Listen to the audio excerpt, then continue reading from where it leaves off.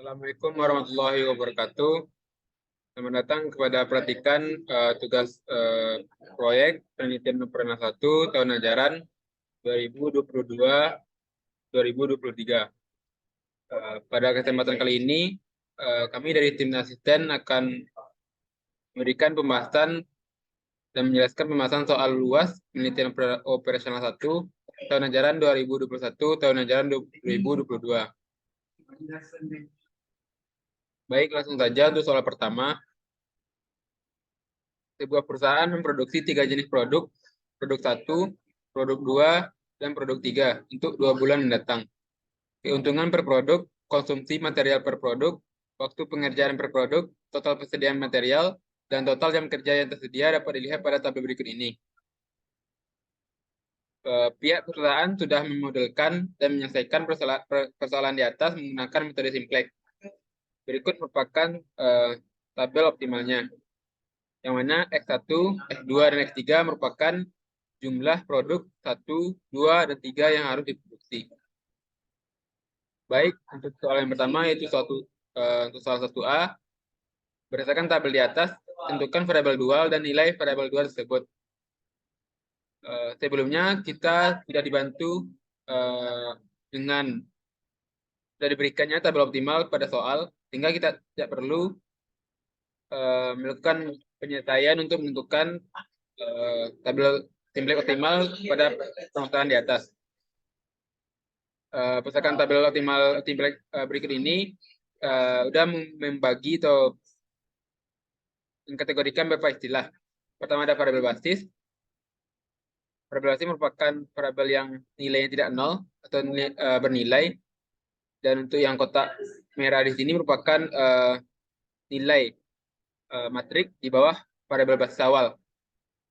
Dilambangkan dengan B pangkat min 1. Selanjutnya untuk lingkaran yang kedua atau sebelah kanan ini merupakan solusi primal. Dilambangkan dengan X bintang dengan rumus B pangkat min 1 dikali dengan B. B merupakan nilai RHS awal. Selanjutnya untuk menjawab pertanyaan 1A, dijabarkan solusi dualnya yaitu berada pada kotak biru. Itu selek pada X4, X5, dan X6. Yang mana untuk variabel dual sendiri dilambangkan dengan W bintang, dicari dengan rumus CB dikali dengan B pangkat min 1. Yang mana CB merupakan koefisien fungsi tujuan. Sehingga didapatkan W bintangnya itu 1, 2, dan 0.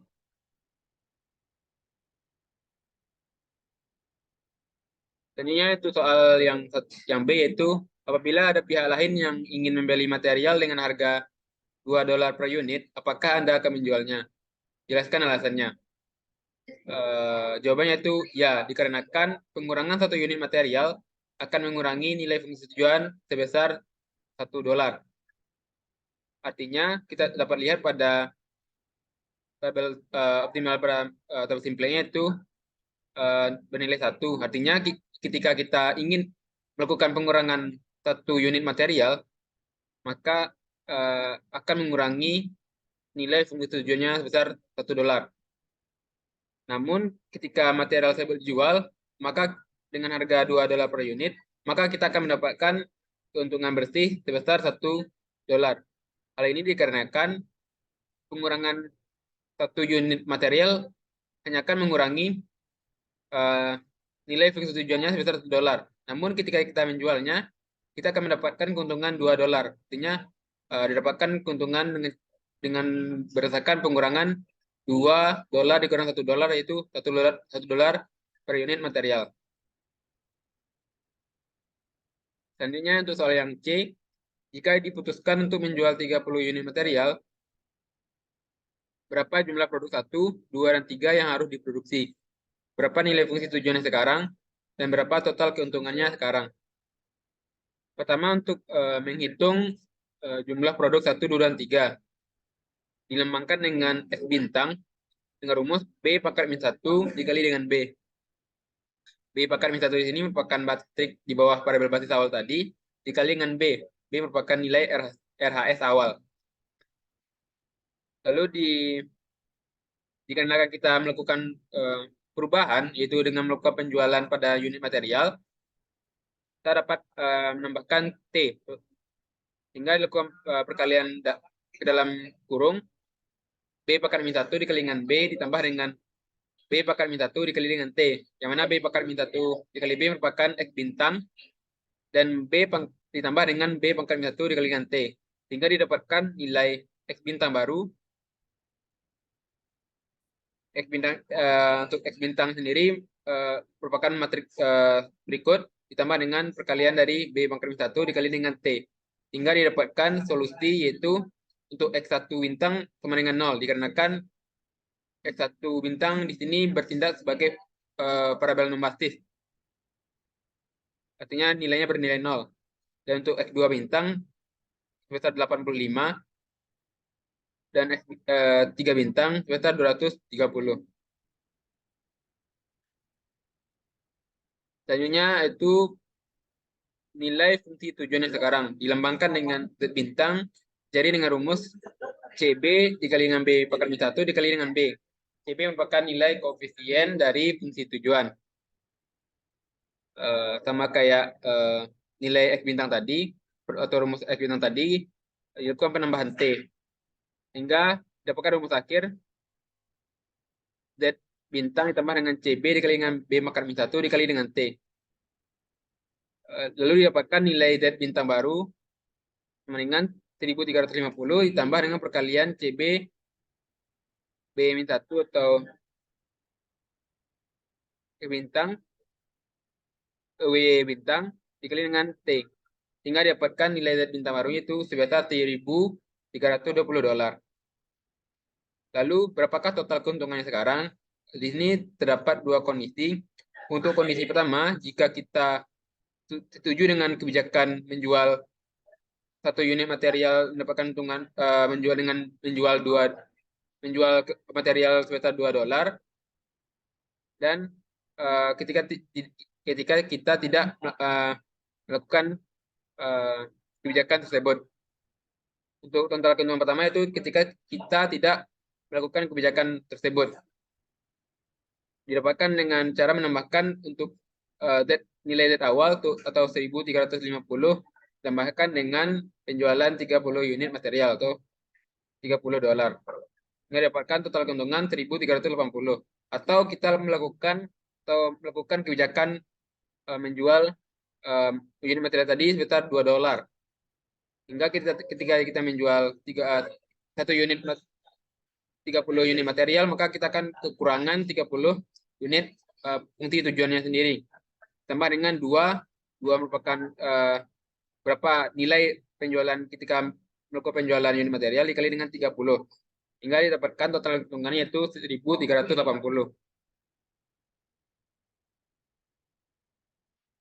Selanjutnya itu soal nomor 2. Sebuah perusahaan memiliki 2 pabrik minyak sawit, pabrik 1 dan pabrik 2.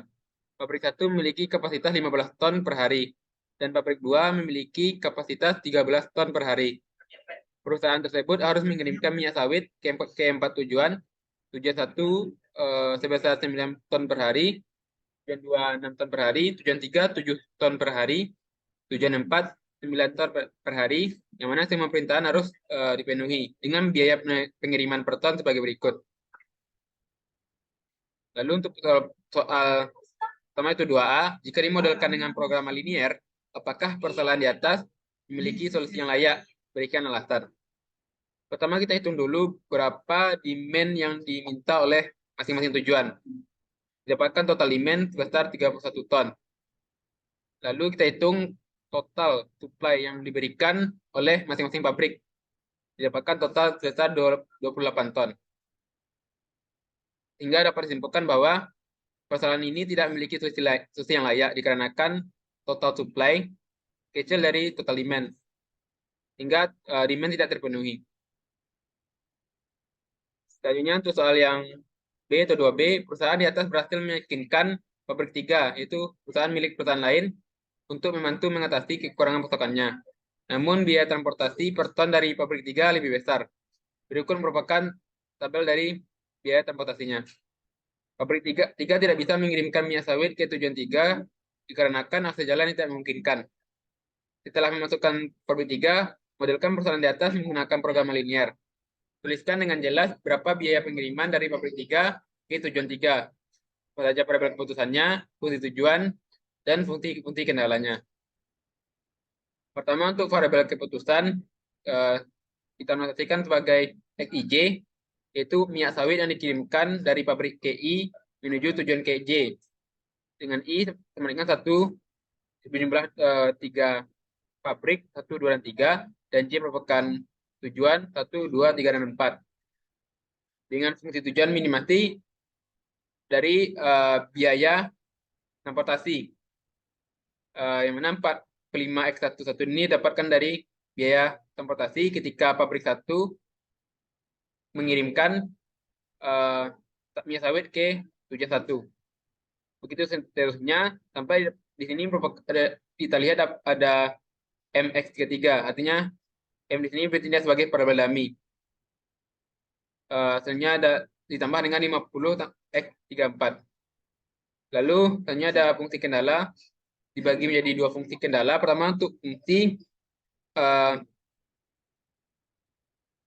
fungsi banyak minyak sawit yang harus dikirimkan ke tujuan untuk masing-masing pabrik. Pertama ada pabrik pertama yaitu kecil sama dengan 15. Selanjutnya ada pabrik kedua yaitu kecil sama 13, dan pabrik ketiga itu kecil sama dengan dari 3. Selanjutnya untuk fungsi kendala yang kedua, total demand yang dipenuhi untuk masing-masing tujuan. Untuk tujuan pertama ada 9, tujuan kedua 6, tujuan ketiga 7, dan tujuan ke-9, tujuan keempat yaitu 9.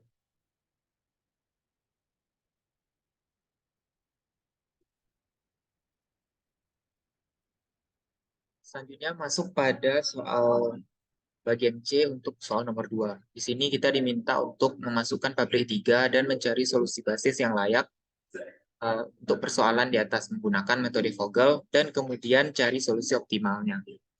Nah, di sini langkah pertama yang harus kita lakukan yaitu menemukan solusi basis layak menggunakan metode Vogel approximation.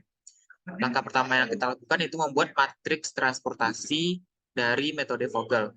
Di sini dapat dilihat bahwa matriks transportasinya terdiri dari 3 pabrik dengan 4 tujuan, yang masing-masingnya memiliki demand dan juga supply yang sudah diketahui di soal. Nah, dalam metode Vogel ini, langkah pertama yang harus kita lakukan yaitu menghitung selisih dari 2 biaya terkecil pada setiap baris maupun kolom. Di sini kita contohkan pada kolom tujuan 1, itu 2 biaya terkecil yaitu 14 dan juga 45. Oleh karena itu, selisih dari 2 biaya terkecilnya yaitu 45 dikurang 14 yaitu 31. Begitu juga untuk tujuan 2, tujuan 3, tujuan 4, pabrik 1, pabrik 2, dan pabrik 3. Dihitung selisih dari 2 biaya terkecil. Nah, selanjutnya di antara semua selisih tadi, kita pilih di mana selisih yang paling besar. Sini dapat dilihat, untuk selisih yang paling besar itu 31, di mana 31 ini merupakan selisih pada kolom tujuan 1. Nah, dari selisih yang paling besar inilah kita akan melakukan pengalokasian yang pertama. Dan pengalokasian diprioritaskan pada sel dengan biaya terkecil. Di sini pada kolom tujuan 1, sel dengan biaya terkecil yaitu pabrik 2 menuju ke tujuan 1, yaitu dengan biaya 14. Maka di sini kita akan mengalokasikan sebanyak 9. Kenapa di sini alokasinya 9? Karena dapat dilihat bahwa demand pada tujuan 1 itu 9, sedangkan supply dari pabrik 2 itu ada 13. Oleh karena itu, dari pabrik 2 bisa mengirimkan 9 ton menuju ke tujuan 1. Sehingga pabrik 2 ini tidak melebihi dari demand tujuan 1 dan juga tidak melebihi supply yang ada pada pabrik 2. Begitu seterusnya kita tentukan nilai dari masing-masing sel menggunakan selisih dari 2 biaya terkecil. Dilakukan iterasi hingga semua sel terisi. Sehingga dapat dilihat bahwa yang terisi yaitu pabrik 1 menuju tujuan 2, pabrik 1 menuju tujuan 3, pabrik 1 menuju tujuan 4, pabrik 2 menuju tujuan 1, pabrik 2 menuju tujuan 3, dan pabrik 3 menuju tujuan 4.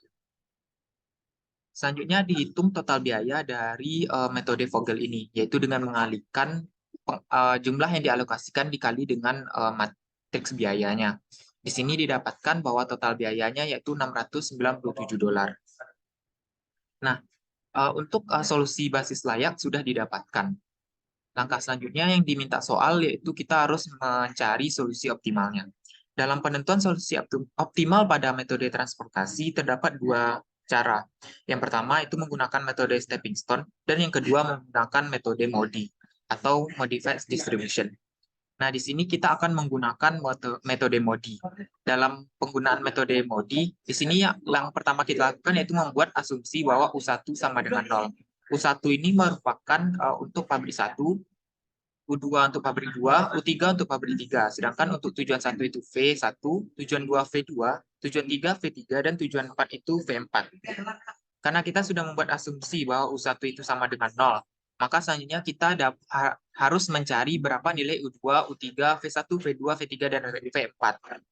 Dan dalam penentuan nilai-nilai tersebut, kita menggunakan rumus C sama dengan U ditambah V, di mana C ini merupakan matriks biaya dari sel yang memiliki nilai untuk alokasinya. Nah, di sini untuk penentuan nilainya, karena U1 sudah diketahui, maka kita dapat menentukan nilai V2, V3, dan juga V4. Kita tidak bisa menentukan nilai V1, karena V1 tidak memiliki nilai yang dialokasikan. Untuk penentuan nilai V2, di sini menggunakan rumus C sama dengan U tambah V, C di sini yaitu 17. Karena U-nya 0, maka dapat dihitung bahwa V-nya sama dengan 17, yaitu 0 yaitu 17 dikurang dengan 0. Begitu juga dengan V3. V3 bernilai 21 dan V4 bernilai 30. Selanjutnya, karena nilai dari V3 sudah diketahui, maka kita dapat menentukan nilai dari U2. Di sini kita menggunakan matriks biaya pada pabrik 3 menuju tujuan. Di sini kita menggunakan matriks biaya dari pabrik 2 menuju tujuan 3, yaitu 19. Maka ditentukan nilai U2 yaitu 19 dikurangi dengan 21. Karena nilai V3 21, maka didapatkan nilai U2 yaitu minus 2. Selanjutnya, karena V4 sudah diketahui, maka kita dapat mengetahui atau menghitung nilai dari U3. Dan didapatkan nilai U3 yaitu sebesar 20. Nah, selanjutnya setelah nilai U dan V tersebut diketahui, kita harus menghitung berapa nilai sel yang tidak dialokasikan. Nah, perhitungan ini dapat menggunakan rumus C sama dengan U. Perhitungan dapat menggunakan rumus E sama dengan C dikurang U dikurang V, di mana E ini merupakan nilai sel yang tidak dialokasikan, dan C merupakan nilai dari matriks biayanya. Di sini bisa dapat dilihat untuk contoh yang pertama itu pada pabrik 1 menuju tujuan 1, di sini yaitu E11 itu dihitung menggunakan rumus C yaitu 45 dikurang U yaitu 0 dikurang dengan V itu 16. Maka 45 dikurang 0 dikurang 16 sama dengan 29. Oleh karena itu nilai E11 atau nilai sel dari pabrik 1 ke tujuan 1 itu sebesar 29. Begitu juga untuk E22, E24, E31, E32, dan juga E33. Dihitung nilai untuk sel yang tidak dialokasikan. Selanjutnya, setelah ditentukan nilai dari masing-masing selnya, maka selanjutnya kita lihat apakah nilai dari sel yang tidak dialokasikan tersebut atau nilai E-nya itu bernilai positif atau nilainya negatif. Jika nilai E tersebut positif, maka biaya yang sudah kita dapatkan sebelumnya merupakan biaya yang optimal. Sedangkan jika nilai E tersebut negatif, maka biaya yang sudah kita dapatkan sebelumnya itu belum optimal dan harus dilakukan peninjauan ulang.